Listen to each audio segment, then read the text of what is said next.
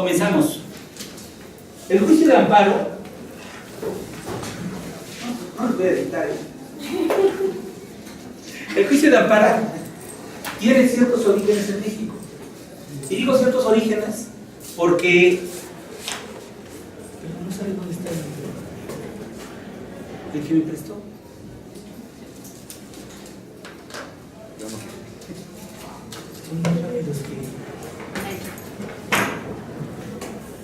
El juicio de amparo.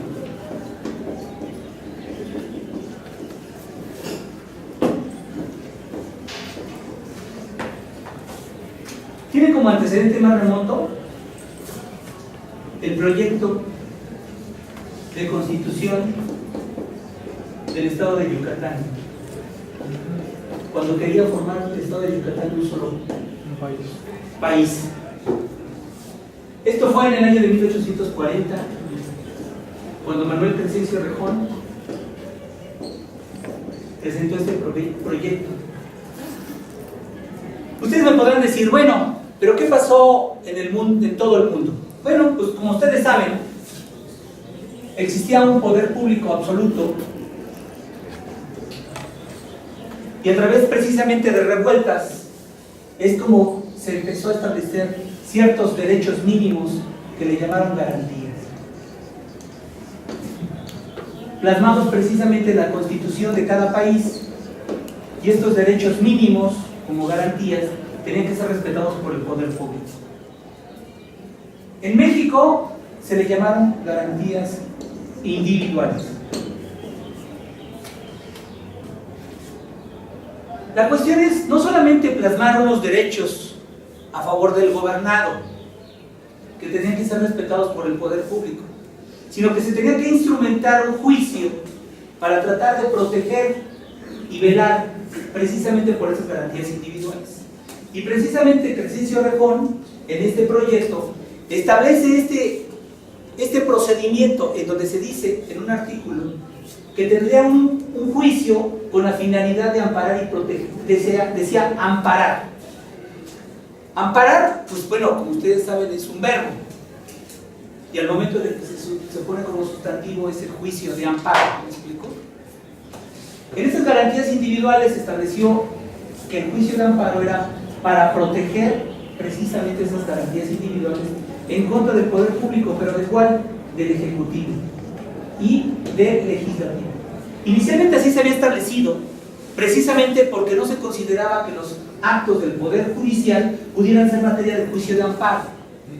Sin embargo, como ustedes advierten, esto fue una evolución de tal manera que el juicio de amparo trató de establecer precisamente esta protección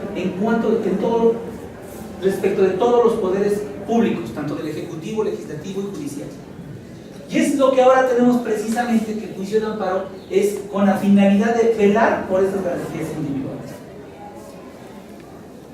¿Qué es lo que pasó?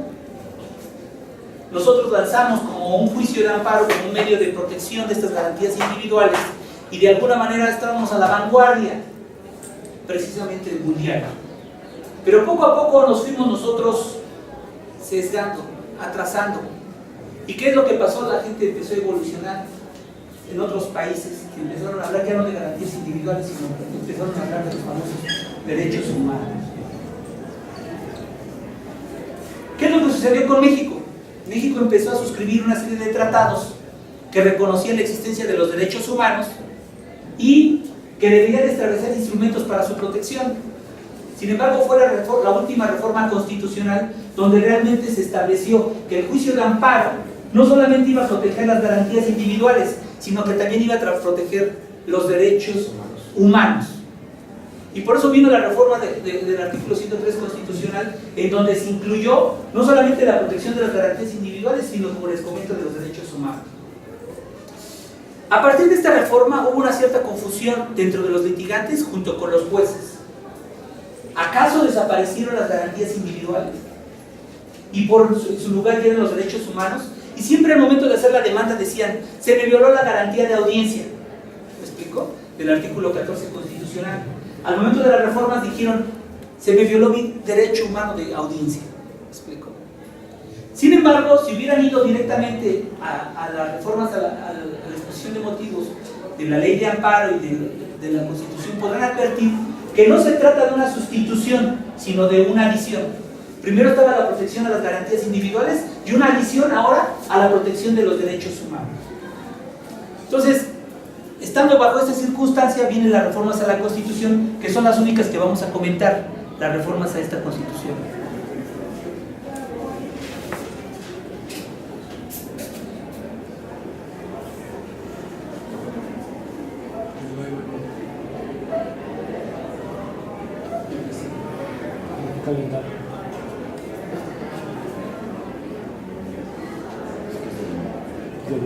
De leña.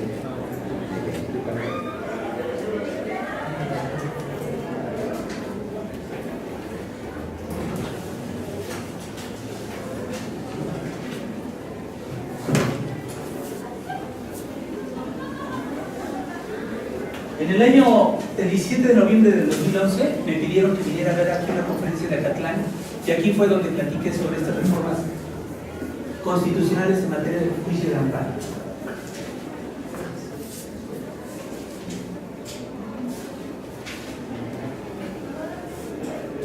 Pues bien, el artículo 5, no sé cómo poderlo hacer que se vea nada más la pura pantalla. F5. ¿F2? 5. No, F5. F5. Perfecto.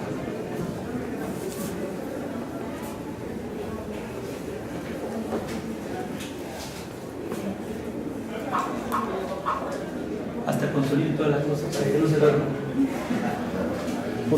¿Cuáles eran los actos reclamados precisamente en la ley anterior? Solamente estaban las leyes y los actos que violaran garantías individuales. Ahora, en el artículo 103 constitucional ya no hablan de leyes, sino hablan de normas generales. ¿Por qué? Porque precisamente había un error con relación a solamente señalar que el juicio de amparo procedía contra leyes. Porque eso significaba, de acuerdo a su norma, que las leyes son producto de un legislativo y estarían por lo tanto excluidos todas las leyes, las normas generales que venían del Ejecutivo, como serían los reglamentos. Pero era a través de jurisprudencia, como se decía, que cuando la ley de amparo y la Constitución se referían a leyes, en realidad incluían todas las normas de carácter general. ¿Me explico? Por eso, ahora, en esta reforma lo que trataron es de ser más exacto. ¿Cuál? En vez de decir leyes, que sean normas de carácter general. Estas normas de carácter general incluyen leyes, reglamentos y aún tratados internacionales. A través del juicio de amparo se puede establecer que un tratado puede ir en contra de la Constitución. Muchas veces establecieron y dijeron, ¿es posible con esto del control de la convencionalidad y de la protección de los derechos humanos que un tratado esté en contra de la Constitución? Sí.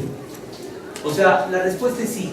Si yo advierto que un tratado que me lo está aplicando una autoridad es contraria a la Constitución, yo puedo establecer el juicio de amparo reclamando precisamente el tratado internacional. ¿Cuál es el otro acto contemplado en el artículo 103 antes de las reformas? Actos.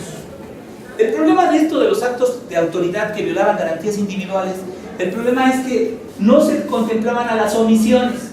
Muchas veces los actos de las autoridades eran omitivas.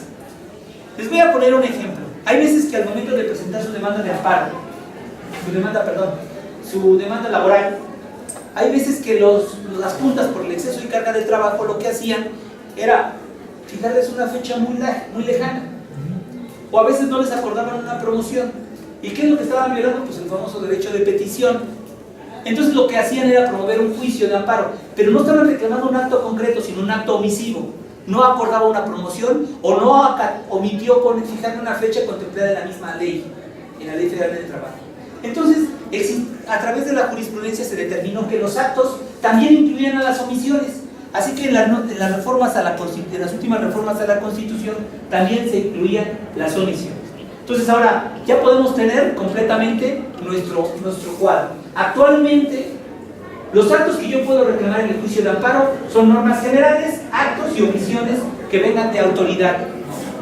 Un poco más adelante vamos a ver que la nueva ley de amparo establece que se pueden reclamar actos de particulares, pero que también sean como que cumplan los requisitos para el acto de autoridad. Y eso lo vamos a ver después. Ahora, ¿Cuál es el objeto de protección? Bueno, en la ley anterior, como dijimos, son las garantías individuales, y en el actual código, el actual artículo 103 constitucional, son los derechos humanos y las garantías establecidas para su protección por medio de la Constitución y los tratados internacionales, en que México sea parte. Entonces ya tenemos que el juicio de amparo tiene como objeto de protección actualmente los derechos humanos reconocidos, las garantías para su protección en la Constitución y los tratados internacionales en que México sea parte. ¿Qué significa esto? Que yo puedo seguir diciendo que se me violó mi garantía de audiencia, y adicionalmente yo puedo decir que se me violó un derecho humano. ¿Me explico? Espero que no entren ustedes en confusión, porque yo he visto resoluciones aún de resoluciones del Poder Judicial Federal que están tratando como de confundir. No hay ninguna confusión. Lo que se hizo en la reforma es adicionar otro objeto de protección. ¿Cuál? Los derechos humanos. Pero ya existía este objeto de protección que eran las garantías. ¿De acuerdo? Ahora, veamos el artículo primero constitucional. Ya saben que se reformó. El anterior decía que el individuo gozará de las garantías individuales otorgadas por la Constitución. Ahora dice: las personas gozarán de los derechos humanos reconocidos por esta Constitución y los tratados internacionales en que México sea parte, y así como las garantías para su protección. Nuevamente el artículo primero vuelve a reforzar lo que les estoy comentando. El objeto de protección se amplió, no se sustituyó. ¿Me explico? Para que ustedes en sus argumentos puedan válidamente decir que se violaron garantías. ¿Me explico? Ahora, ustedes saben que el juicio de amparo con anterioridad se llamaba juicio de garantías. ¿Por qué? Porque solamente tenía la protección de las garantías individuales. Al momento de que se amplía el punto de protección, entonces ya no se le podemos llamar juicio de garantías. Ahorita sería erróneo si ustedes dijeran que están promoviendo un juicio de garantías. Hay veces que uno, para no utilizar el pleonasmo, empieza a usar sustitutivos, ¿no? Y entonces empieza a decir, bueno, estamos hablando de juicio de amparo y juicio de garantías. Ya no pueden hacer esto. Si alguien dice esto, ya no está actualizado, y no solamente no está actualizado, sino que ya no cumple con los objetos del amparo, que es la protección de las garantías individuales y precisamente también de los derechos humanos. Ahora, el artículo primero anterior decía: gozará de las garantías individuales otorgadas por la Constitución, y ahora dice: todas las autoridades tienen la obligación de garantizar los derechos humanos. Cuando decía esto de que todas las autoridades tienen la obligación de garantizar los derechos humanos, empezó a tratarse de hablar del control difuso y del control de convencionalidad. Si todas las autoridades tienen la obligación de garantizar los derechos humanos, no me tengo que ir al juicio de amparo para lograr su protección, sino que es necesario obligar a la autoridad para que ejerza un control, pero no constitucional, sino un control convencional. ¿Por qué un control convencional? ¿Cuál es la diferencia entre el control constitucional y el control de convencionalidad? Bueno, este no es nuestro tema, pero se los voy a decir para que no se queden con la duda. El control de constitucionalidad es que está protegiendo que todos los actos de autoridad sean conformes a la Constitución. Precisamente porque nuestro ordenamiento es un ordenamiento constitucional. Entonces se estableció precisamente esto para que todos los actos de autoridad estuvieran conforme a la Constitución. Al momento de que se viene el control de la convencionalidad, ya no se trata de que el acto sea conforme a la Constitución, sino que el acto sea conforme a un tratado. Por eso es el control de la convencionalidad. ¿Me explico? Entonces, ustedes pueden ejercer una violación a un derecho humano como un control de convencionalidad o como un control constitucional. ¿Por qué como un control constitucional? A través precisamente del juicio de amparo. Ahora, yo les quisiera decir al respecto que en un inicio la Suprema Corte de Justicia de la Nación determinó que este control de convencionalidad era un control que tenían que ejercer todas las autoridades y tenían que hacerlo de oficio. Cuando salió el control de la convencionalidad, yo como juez de distrito había advertido que para mí el hecho de que se hubieran incluido los derechos humanos me sirvió como una herramienta para impartir justicia. Yo como juez no me considero como un aplicador de la ley. ¿Cómo es el aplicador de la ley? Como decían en el siglo XIX, la boca de la ley. Yo creo que los jueces no son la boca de la ley, son impartidores de justicia. ¿Cuál es la diferencia? Bueno, que el aplicador de la ley, su fin último es aplicar la ley. ¿Y el impartidor de justicia qué es? precisamente impartir justicia. Su fin es la justicia, pero utiliza la ley como un instrumento para alcanzar este fin. Aunque hay veces que al momento de que ustedes aplican la ley a través de la interpretación, ¿cómo puedo lograr que la ley me sirva como un instrumento para aplicar la justicia? A través de los métodos de interpretación, una interpretación literal, una interpretación ontológica de la forma de ser de la ley, la razón de ser de la ley, o bien teológico, con la finalidad de conseguir la ley. Esto que les digo yo a ustedes es que ustedes como litigantes, al momento de que les venga un caso, tienen que exponer sus argumentos, tomando en consideración que puede ser esta interpretación como... Perdón. Juan está hablando de las formas de interpretación de la ley. ¿Qué formas de interpretación de la ley dije? Pues teológica, ontológica, literal, ¿no? Bueno, dije gramatical, pues también se vale. Bueno, entonces, perdón. ¿En qué estábamos? Es que fíjense, o sea, me desconcentran, perdón. De verdad no quiero ser con ustedes grosero ni tampoco soberbio, pero yo estoy tratando de que podamos aprender todos. Cualquier duda que tengan con toda legitimidad lo pueden hacer. Yo no me molesto, aún si no lo entienden, lo repetimos las veces que sean necesarias, pero que les quede claro. ¿Me explico? Porque su vida profesional está en riesgo, no su calificación. La calificación la pueden copiar, pues la pueden pasar copiando. Conmigo no copian, ¿verdad? El día del examen no van a tener absolutamente nada que les voy a dar el examen. Ya, si tienen cosas, acárguenlas del otro lado para que puedan no tener esa actitud de copiar. Pero, regresando al tema.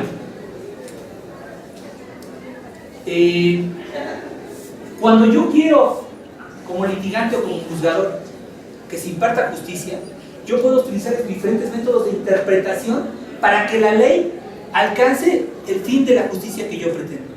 Pero hay veces que por más que la interpretación que yo haga, no puedo alcanzar el término de la justicia. ¿Por qué? Porque hago una interpretación cualquiera y resulta ser que el término de 15 días para promover el juicio de amparo se le pasa a la persona. Puede ser un acto flagrante en contra de la Constitución. ¿Pero qué puedo hacer como juez? ¿Ustedes creen que puedo hacer una interpretación literal, ontológica, sistemática, lo que quieran, para decir, es que el término lo hizo al día 20, pero no, yo creo que esto es justo? ¿Ustedes creen que podría hacer eso? No. Decía un magistrado, lo que no suena lógico suena mecánico. Entonces, ¿qué es lo que tengo que hacer? Ajustarme a lo que dice la ley. La ley no, a través de sus métodos de interpretación, no me alcanza lo que yo advierto como justicia, pero sin embargo es un acto de justicia. ¿Por qué? Porque al final de cuentas la ley es un producto social en donde las partes, en este caso el Congreso de la Unión, determinan lo que es justo aquí y ahora. ¿Me explico? Entonces cuando yo aplico la ley, estoy haciendo un acto de justicia. Pero eso, si quieren, lo tomamos después. Pero bueno, a través de estos diferentes métodos de interpretación, yo dije, bueno, yo advertí como juez civil que hay veces que hay muchos abogados deshonestos que presentan un pagaré en donde los intereses lo dejaron en blanco. Y hay gente, pues no pongo ningún calificativo, pónganlo ustedes. Puede ser deshonesta, cualquiera que ustedes quieran. Le ponen unos intereses muy elevados. ¿Me explico? Porque estaba en blanco. Entonces yo, aplicando el control de la convencionalidad, vi que en el artículo 21 de la Convención Interamericana de los Derechos Humanos aparecía que no podía proceder la explotación del hombre sobre el hombre, entre ellos la usura. Entonces yo dije, cuando me piden un interés muy elevado es un interés usurario, y para mí, entonces aplico el control de la convencionalidad porque se está afectando un derecho humano plasmado en un tratado en el que México es parte, y por lo mismo desaplico. Una de las diferencias entre el control de la convencionalidad y el control de la constitucionalidad es que el control de la convencionalidad lo que tiene que hacer es desaplicar. El control de la constitucionalidad es declararlo inconstitucional a una norma. Y después vamos a ver los efectos de una declaración general de inconstitucionalidad. Pero ahorita lo que les quiero decir es que una sí la puedo declarar que es contra la Constitución y por lo tanto es inconstitucional, y en el control de la convencionalidad no tengo que hacer una declaración de que es inconstitucional, sino que digo que es inconvencional y por lo tanto lo desaplico. Y entonces se aplicaba el artículo que establecía que las partes podían fijar el interés que se les pegara la gana. Corrección para la grabación. Para el interés que de acuerdo a la voluntad de las partes habían querido convenir. Entonces, ¿qué es lo que pasó?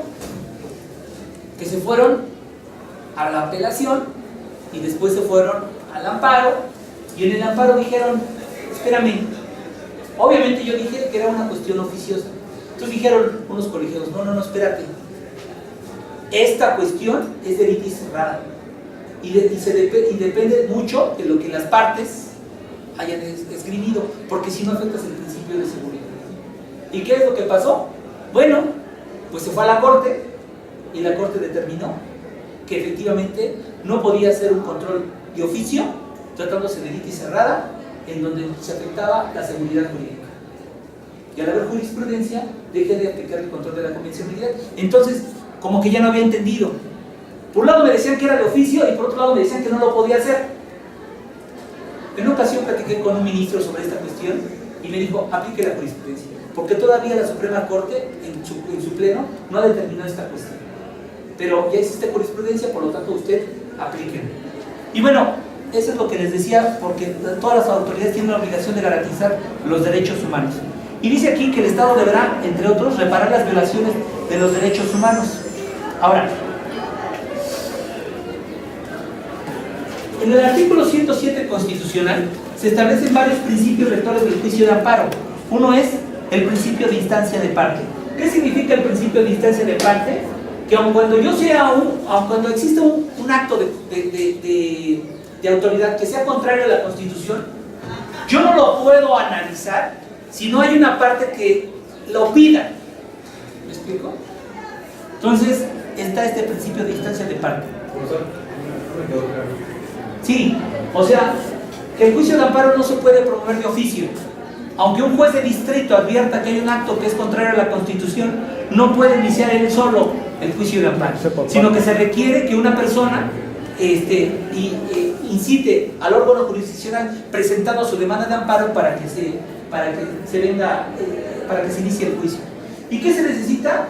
Un agravio que sea personal y directo. Déjenme decirles que aquí, sobre el agravio personal y directo, tenemos otro punto que vamos a platicar después, pero ahorita se los dejo aquí. Esto lo vamos a platicar después, pero de hecho todos. Ahora, hay otro principio de la relatividad de las sentencias. ¿Qué quiere decir? Que solamente la declaración de inconstitucionalidad tiene que ser del acto, que es materia del acto reclamado, y va a amparar y proteger solamente a la persona que lo instó, que promovió su demanda. O eso lo vamos a ver un poco más adelante. Y el principio de la definitividad, que antes de llegar al juicio de amparo se tienen que agotar todos los recursos y medios de defensa que se tengan a su alcance para lograr el juicio de amparo. Entonces estos principios, tanto de definitividad y el de estricto derecho, hay dos clases de juicio de amparo: el de estricto derecho y el de suplencia, cuando hay suplencia de la deficiencia de la queja. Todos estos principios, estos 5 principios: instancia de parte, agravio personal directo, relatividad de las sentencias, definitividad y estricto derecho, los vamos a ver más adelante. Ahora, para atender a esto, precisamente el artículo anterior hablaba de instancia de parte. El nuevo artículo 107 constitucional igualmente habla de instancia de parte. Ahora, el artículo 107 constitucional anterior a la reforma decía que lo podía promover el agraviado. Esto implicaba que existiera un agravio personal y directo. No puede ser un amparo indirecto. Ahora, dice, aquí hace una diferenciación el nuevo artículo 107 constitucional. Sí, es cierto, se requiere un agravio personal indirecto, pero solamente tratándose de actos de tribunales. Por actos de tribunales estamos entendiendo los civiles, los mercantiles, los penales, los familiares. Todo acto donde esté como autoridad responsable un tribunal, siempre se requerirá un agravio personal y directo. Ahora, si no se trata de actos de tribunal, sino todos los demás actos que provengan de otras autoridades, tiene que ser titular de un derecho subjetivo con afectación personal y directa.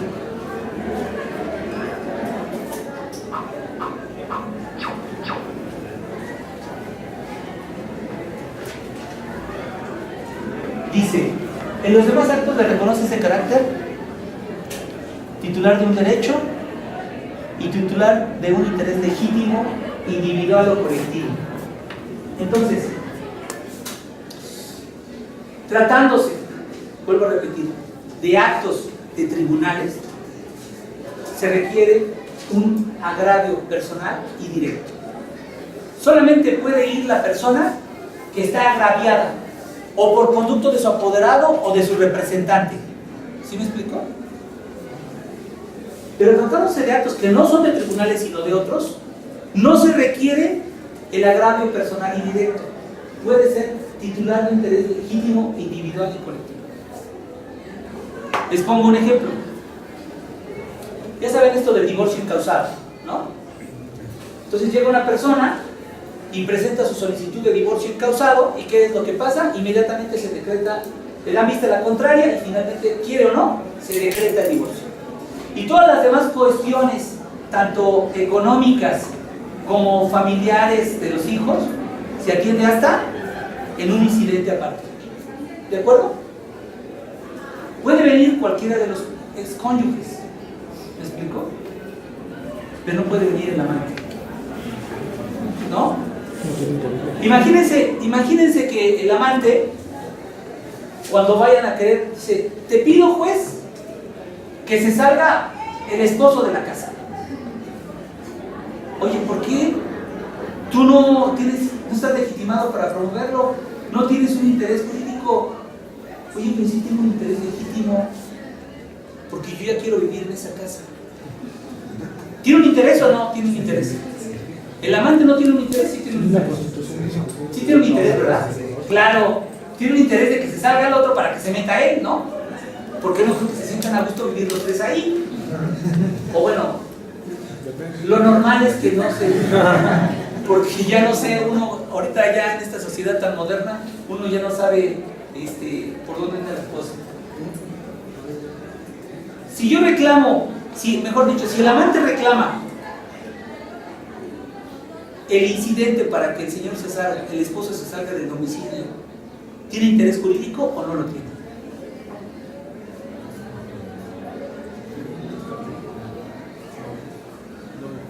No tiene interés jurídico. Puede tener un interés, pero jurídico no. ¿De acuerdo? Entonces, si el juez lo que hace es decirle: ¿sabes qué? Tú no eres parte y por lo tanto no te admito tu incidente. Por lo mismo no puede promover la apelación y se va al amparo. ¿Podrá promover ante el juez la demanda de amparo? Sí lo puede hacer, pero el juez ¿qué tiene que hacer? Desechar la demanda porque no tiene un interés, no tiene un agrado personal y directo. Y si él me dice: oye, pero tengo un interés legítimo, yo tengo un interés legítimo de que se salga el otro. Espérate, tratándose de actos de tribunales, se requiere siempre el agravio personal y directo, el interés jurídico, el que seas tú el titular del derecho subjetivo. Tú no eres el titular del derecho subjetivo, lo tiene la ex esposa y el ex esposo, pero tú no lo tienes. ¿Sí me explico? ¿Sí les quedó claro? Bueno, entonces, ¿cuándo se da un interés legítimo? Imagínense que ustedes son unos ricachones. Bueno, puede ser aquí algún ricachón, ¿verdad? Que en realidad viene aquí nada más para justificar que va a estudiar. Pero bueno, imagínense que ustedes son ricachones y se van y se compran en una casa por Tepozotlán, donde está el río. Y de repente ven que una empresa empieza a echar desechos tóxicos en el río que pasaba por su casa.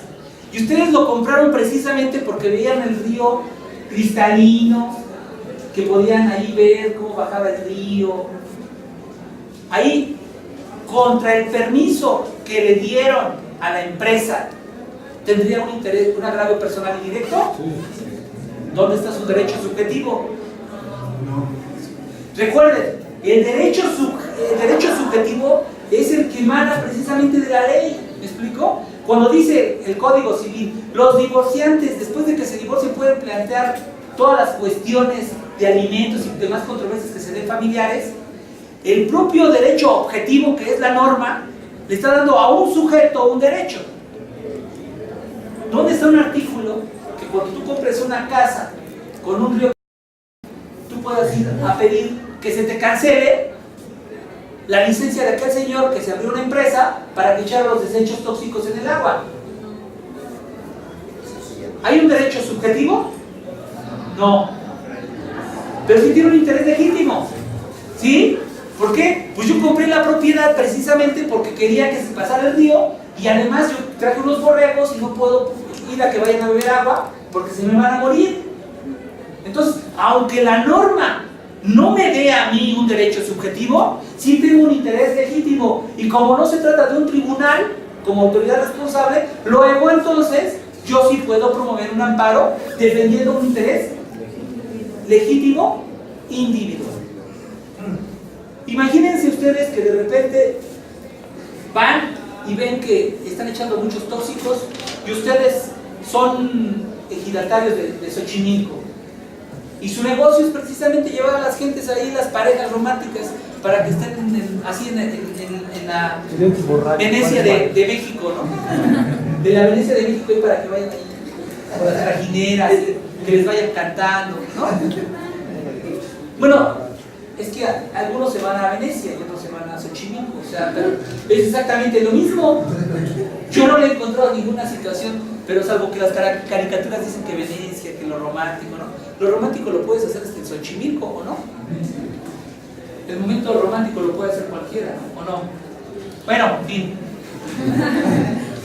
Los ejidatarios pueden unirse entre todos y presentar un interés, porque tienen un interés legítimo colectivo. ¿Sí logran entender? O sea, eso es una parte muy importante. ¿Por qué? Porque existía un principio rector del juicio de amparo.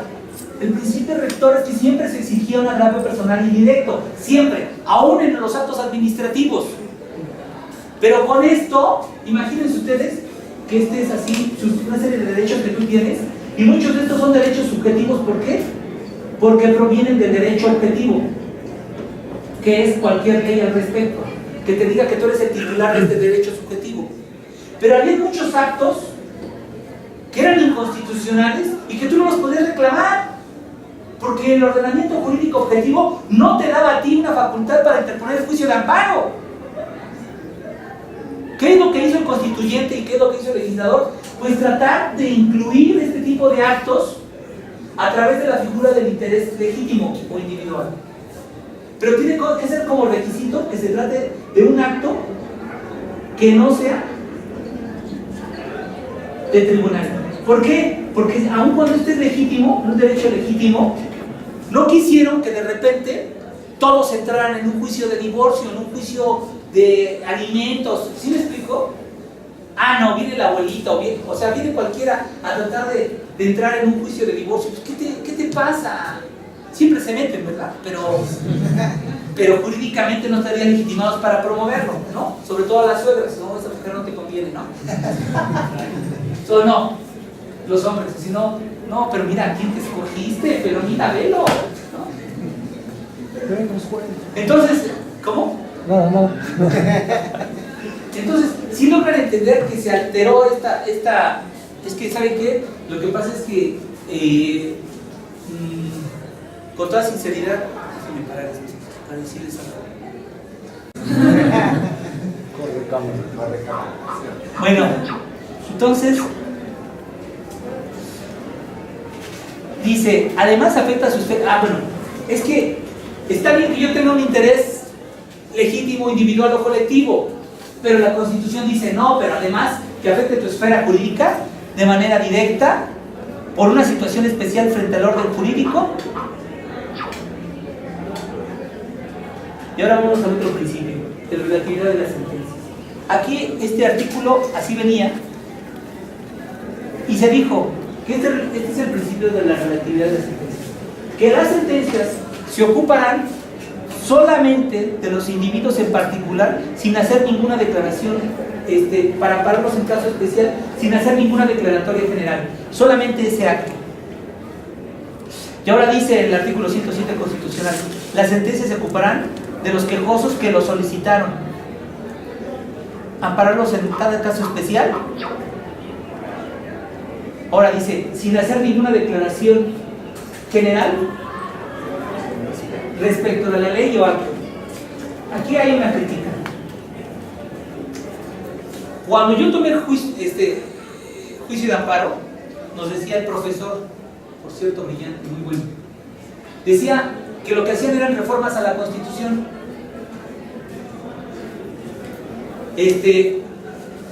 Hacían reformas a materia fiscal. Y decían, es inconstitucional, lo sabemos. Pero del 100% de personas que va a afectar, solamente se defienden 80. Y de esos, 20%, perdón. De esos 100%, solamente se defienden el 20%. Y de ese 20%, 10 lo hacen mal, porque no estuvieron en Acatlán. Así que, con que tengamos que eximir a 10, ya nos quedamos con los 90 restantes, cautivos para que empiecen a pagar sus impuestos. ¿Qué es lo que estábamos viendo aquí? Pues que estábamos viendo un acto que era inconstitucional, y muchos de ellos, mejor dicho, aquí era el 90%, era inconstitucional y solamente 10 se amparaban. ¿Le convenía al Estado? Perfecto. Pues solamente el 10%, y a veces es una cantidad menor. Por eso, si ustedes advierten, la ley, a pesar de ser inconstitucional, seguía dentro del ordenamiento constitucional y era contrario a la Constitución. ¿Sí me explico? Este era uno de los defectos que existía con la ley anterior, con la estructura anterior, precisamente porque el principio de la relatividad decía que no se podía hacer una declaración general de inconstitucionalidad, seguía en el ordenamiento jurídico objetivo normas que eran contrarias a la Constitución. ¿Sí me explico? Entonces, ahora con el constituyente se elimina, porque cuando se trata de normas generales, ojo, no tributarias. O sea, el propio constituyente dijo, bueno, está bien, vamos a sacar del ordenamiento jurídico objetivo. Este es el ordenamiento jurídico objetivo. El ojo, el famoso ojo. Ordenamiento jurídico objetivo. Vamos a sacar del ordenamiento jurídico objetivo todas las normas que sean inconstitucionales, excepción tributarias. Y se sigue lo mismo que acá. ¿Me explico? Vamos a seguir teniendo normas constitucionales, normas tributarias que son inconstitucionales, y solamente el 10% que va a venir con los de Acatlán van a poder ampararlos, hacer un amparo contra ley. ¿De acuerdo? Entonces, por eso se elimina, cuando se trata de normas generales, esto de sin declaración general, menos las tributarias, pero se puede tener la declaración con efectos generales bajo ciertas condiciones.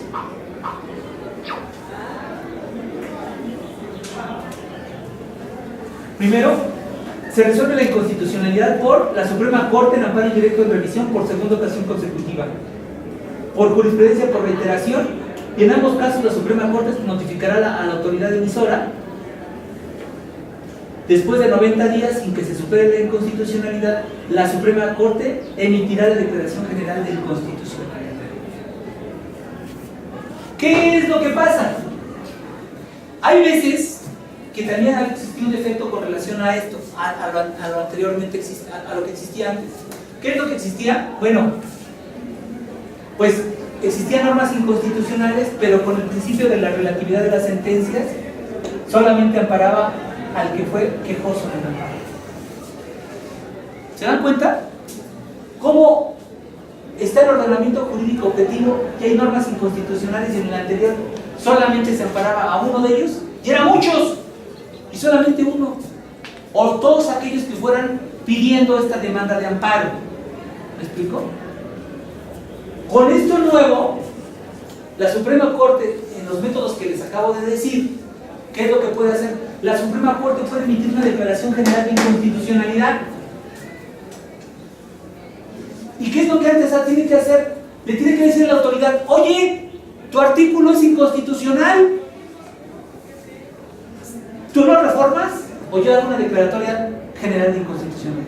Entonces el legislador, que tiene dos opciones: me vale, ¿no? Bueno, para efectos de grabación. No me importa. Estimo que no pueda ser inconstitucional. Y entonces, ¿qué hace la Suprema Corte? Ah, bueno, pues ya te di 90 días y tú no quisiste corregir tu ley, tu reglamento. Ah, pues entonces yo declaro una generalidad de inconstitucionalidad. Ya este principio de la relatividad de las sentencias tiene su modificación. ¿Me explico? Por eso, cuando me dijeron, bueno, ¿y qué libro vemos? Ahorita tenemos que hacer un nuevo libro, porque ya estos principios ya fueron superados con esta nueva reforma y con la nueva ley de amparo. ¿Me explico? Entonces yo, si quieren, yo no les voy a preguntar lo que les expliqué en clase. Así que, si ustedes no se acuerdan qué expliqué en clase, le ponen a YouTube y ya dicen, ah, mira, sí, dijo eso. Bueno, ¿sí entendieron esto? Ahora, esta declaratoria de general se requiere mayoría de 8 votos y fijará sus alcances y condiciones. Ahora, otros aspectos. La suplencia de la queja de acuerdo a la ley. No se preocupe, yo también lo estoy tomando, ¿eh? Sé que salen a las 38, pero yo quiero agotar hasta mis 38 minutos. Luego, otros aspectos. Suplir la deficiencia de los conceptos. Antes se decía la suplencia de la queja. Por medio de jurisprudencia, se determinó que cuando la Constitución y la ley anterior decía que era suplencia de la queja, se refería a la suplencia de los conceptos de violación o agravios. ¿Me explico? Actualmente ya lo deja claro, para que no dejarlo a la interpretación de la Suprema Corte. La suplencia siempre va a ser de los conceptos de violación o de los agravios. Yo como juez de amparo no puedo decir, ah, no, y que se reciban pruebas. No, espérame. Sí lo puede ser como efectos de amparo, como efecto de la sentencia que concedió el amparo. Pero tú lo único que tienes que hacer deficiente, suplir la deficiencia, solamente son de los conceptos y de los agravios según la ley. ¿De acuerdo? Ahora, ustedes saben, y si no lo van a saber ahorita, que prácticamente existe 2 amparos. Amparo directo de una instancia y amparo indirecto biinstancial.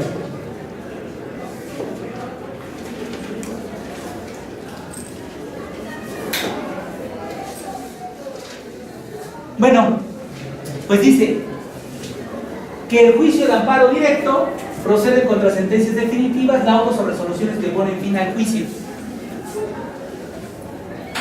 o por violaciones procesales, obviamente que se dieron durante el juicio. Y hay una adición. Esto se hace igual en amparo directo, pero hay un amparo adhesivo. ¿Se dan cuenta cómo el constituyente solamente da el amparo adhesivo para el amparo directo? Entonces quiere decir que no hay amparo adhesivo en el amparo indirecto. ¿Me explico? Entonces, hace poco un litigante me dice, un tercero interesado, yo quiero promover el amparo al indirecto adhesivo. ¿Y qué hice? Se lo deseché. Porque le dije que solamente el amparo adhesivo era para el amparo directo. Y yo creo que tiene una razón de ser. ¿Me explico? Porque si no serían juicios interminables. Y en el amparo directo se le notifican a ambas partes la sentencia o resolución o laudo que pone fin al juicio, y ahí las 2 partes pueden promover inmediatamente el amparo adhesivo también. Excepciones al principio de definitividad que afecten derechos a menores o incapaces. ¿Sí se acuerdan que esto dije del principio de definitividad? Esto son las bases constitucionales del juicio de amparo. Yo quisiera que esta clase vieran que lo que yo estoy tratando de explicarles fue un antecedente muy breve de historia y los principios constitucionales para el juicio de amparo, las bases del juicio de amparo. Estas cosas las vamos a desarrollar más, pero sí quisiera que tuvieran, de hecho les voy a dar la tarea ahora.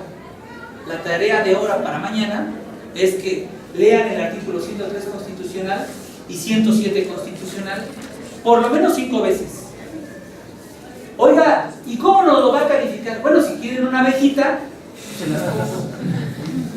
Si quieren un burrito, compro mis sellos y se los pongo. Pero ya somos profesionales, ¿me explico? Y como profesionales, si alguien me dice que esto me va a hacer bien a mí, lo voy a hacer, ¿me explico? Pero si me dicen, oiga, que cuente para puntos, bueno, para que cuente para puntos ya está lo que vamos a hacer. Una demanda de amparo con una exposición oral, ¿de acuerdo? Y por eso ya les dije los puntos. Y todo es al examen final, o bien estos controles de aprendizaje, si ustedes quieren, se los puedo tomar en consideración. Bueno, entonces, excepciones al principio de definitividad. Este principio de definitividad dijimos que se tienen que agotar todos los recursos que están previstos en la ley antes de ir al juicio de amparo. Si la ley dice que se debe promover apelación, tengo que promover la apelación y luego el juicio de amparo. Si la ley dice que tengo que promover el recurso de revocación, primero promuevo el recurso de revocación y luego el amparo. Si dice que tengo que promover queja, lo mismo. ¿De acuerdo? Entonces, esta excepción del principio de definitividad quiere decir que no es necesario que agoten los recursos para adherirse al juicio de amparo. Esto es en derecho de menores o incapaces, tratándose de actos del Estado civil, al orden o estabilidad de la familia, los de naturaleza penal promovidos por el sentenciado. Y bueno, ahora, dice el amparo indirecto que una vez agotados los recursos contra actos en juicio que sean de imposible reparación, fuera de juicio y después de concluir. Estos son los de amparo indirecto. ¿Sí se acuerdan? Amparo indirecto contra las sentencias, laudos o resoluciones que ponen fin al juicio. Todo lo demás, o sea, así estamos. Amparo directo es sentencias, laudos y resoluciones que ponen fin al juicio.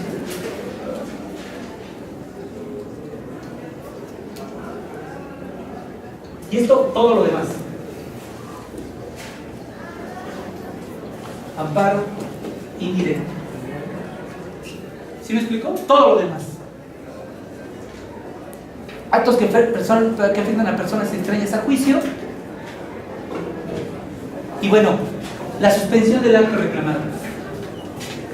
Cuando promueve la demanda de amparo, sea directo o indirecto, los quejosos pueden pedir la suspensión del acto reclamado.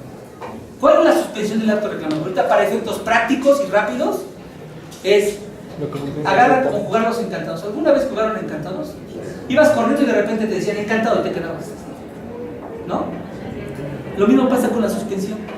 La autoridad, cuando el juez de distrito o la autoridad responsable tratándose de amparos directos dice que está suspendido el acto, la autoridad tiene que quedarse encantada, sin hacer nada.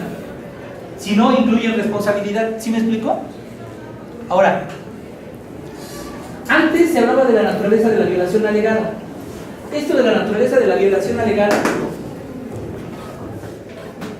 es que si se trataba de actos consumados, si decían, oye, ya me salió una orden para destruir mi edificio, pero ¿qué crees? Me lo destruyeron ayer.